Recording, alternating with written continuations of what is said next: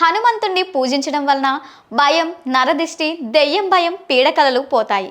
శని దోషం, కుజదోషం, ఏలిననాటి శని ప్రభావం తగ్గుతుంది. శారీరక బలం, మానసిక ధైర్యం, ఆత్మవిశ్వాసం పెరుగుతుంది. రోగాలు, ఆరోగ్య సమస్యలు తగ్గుతాయి. చదువులో ఏకాగ్రత, జ్ఞాపక శక్తి, ఉద్యోగంలో విజయం, ప్రమోషన్ వస్తుంది. జరగని పనులు జరుగుతాయి. కోర్టు కేసులు, అప్పుల బాధలు తీరుతాయి.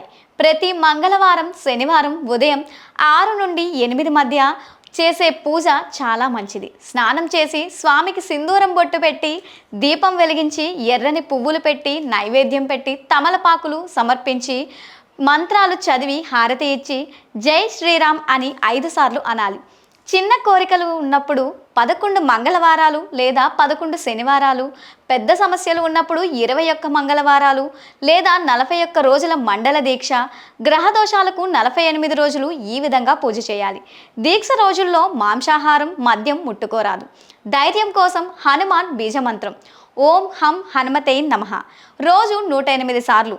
బుద్ధి, కార్యసిద్ధి కోసం హనుమాన్ గాయత్రి మంత్రం ఓం ఆంజనేయాయ విద్మహే వాయుపుత్రాయ ధీమహి తన్నో హనుమాన్ ప్రచోదయాత్. ఈ మంత్రాన్ని 11 సార్లు పఠించాలి. జరగని పనుల కోసం అసాధ్య సాధక మంత్రం అసాధ్య సాధక స్వామిన్ అసాధ్యం తవ కిం వద రామదూత కృప సింధో మత్ కార్యం సాధయ ప్రభో 27 సార్లు. వీలైతే హనుమాన్ చాలీసా రోజు ఒకసారి చదవాలి. హనుమంతుడికి రామనామం అంటే చాలా ఇష్టం. పూజ చేసేటప్పుడు రామ రామ అనుకుంటూ చేయాలి.